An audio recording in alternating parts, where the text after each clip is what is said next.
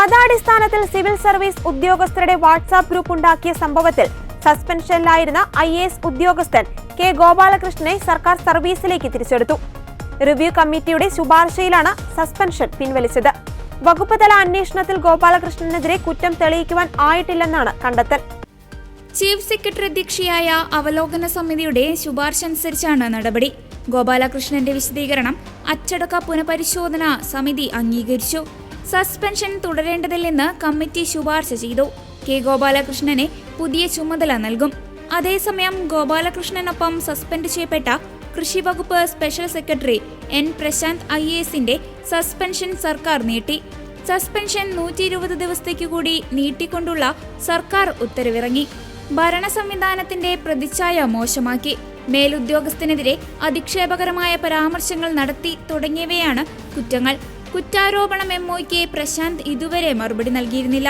സാമൂഹിക മാധ്യമക്കുറിപ്പിലൂടെ additional chief secretary doctor A ജയതിലകിനെ നിരന്തരം അവഹേളിച്ചതാണ് N പ്രശാന്തിന്റെ സസ്പെൻഷനിലേക്ക് നയിച്ചത്.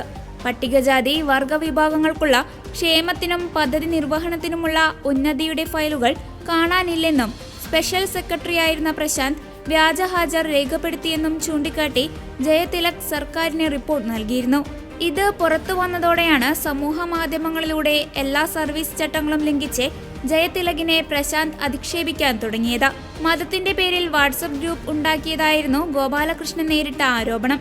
മല്ലു ഹിന്ദു ഓഫീസേഴ്സ്, മല്ലു മുസ്ലിം ഓഫീസേഴ്സ് എന്നീ പേരുകളിലുള്ള വാട്സപ്പ് ഗ്രൂപ്പുകളാണ് വിവാദമായത്.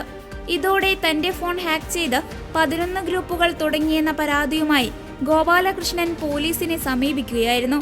എന്നാൽ അദ്ദേഹത്തിന്റെ വിശദീകരണം സർക്കാർ ആദ്യം അംഗീകരിച്ചിരുന്നില്ല. ഗോപാലകൃഷ്ണന്റെ ഫോണോ വാട്സപ്പോ ഹാക്ക് ചെയ്തിട്ടില്ലെന്നായിരുന്നു പോലീസ് അന്വേഷണത്തിൽ കണ്ടെത്തിയത്.